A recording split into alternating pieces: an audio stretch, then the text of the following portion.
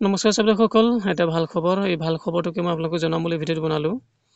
ছাত্ৰসকল, আমাৰ যিটো কাৰ্যকাল আছিলে, মানে চৰকাৰী চাকৰিয়ালবিলাকৰ কথাটো কৈছোঁ, মানে সকলোৰে, অকল মাষ্টৰ বুলি নহয়, অকল টিচাৰ বুলি নহয়।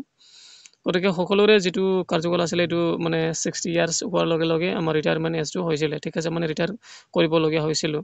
কিন্তু এতিয়া মানে নতুনকৈ হেৰি আহিছে, আমাৰ মানে চৰকাৰৰ পৰা আৰু এটা নটিচ আহিছে যে এই নটিচত লিখা মতে মানে আমাৰ যিটো হেৰি মানে ৰিটায়াৰমেণ্ট এজ, সেইটো ৰিটায়াৰমেণ্ট এজটো মানে এটা 62 কৰি দিয়া হৈছে। এতিয়া চাওক, আপোনালোকে যদি চেক কৰে, ইয়াত চেক কৰিব পাৰিব। এইটো চাওক, ইয়াত ৰিটায়াৰমেণ্ট এজটো ইয়াত টিপি দিলে এনেকুৱা আহি যায়, ইয়াৰ ৰিটায়াৰমেণ্ট এজটো 60 বুলি মানে দেখুৱাই দিছে। মানে আপোনালোকৰ যিটো ৰিটায়াৰমেণ্ট এজ, এইটো 60 ইয়াৰ্ছ, মানে 60 ইয়াৰ্ছ হ'লে মানে আপুনি ৰিটায়াৰ হ'ব, কথাটো এইটো। কিন্তু এতিয়া আমি কেনেকৈ গম পালোঁ মানে কথাটো, ৰিটায়াৰমেণ্ট এজটো যে 2 বছৰ বঢ়াই দিয়া হ'ল। এইটো যদি চাবলৈ ইচ্ছা কৰে, মই দেখুৱাইছোঁ, অলপমান ৰখি দিব।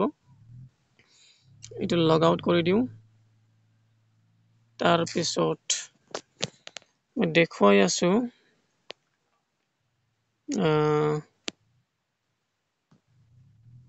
এইটো চাওক, এইটো চাওক, हिंदी लिखा से, ठीक है। सरकार ने लंबे समय से इस प्रस्ताव पर विचार कर रही थी और अब कैबिनेट की बैठक में से मंजूरी दे दी गई है। ये फैसला 1 अप्रैल 2025 से लागू होगा।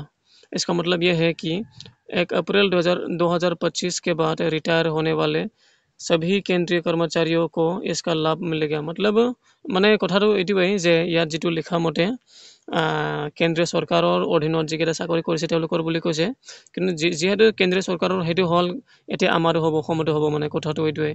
গতিকে ছাত্ৰসকল, মানে খবৰটো ভাল। গতিকে এই খবৰটোকে মানে ভাল বুলি মই আপোনালোকে জনাম বুলি এই হেৰিটো মানে এই ভিডিঅ'টো বনালোঁ। ধন্যবাদ।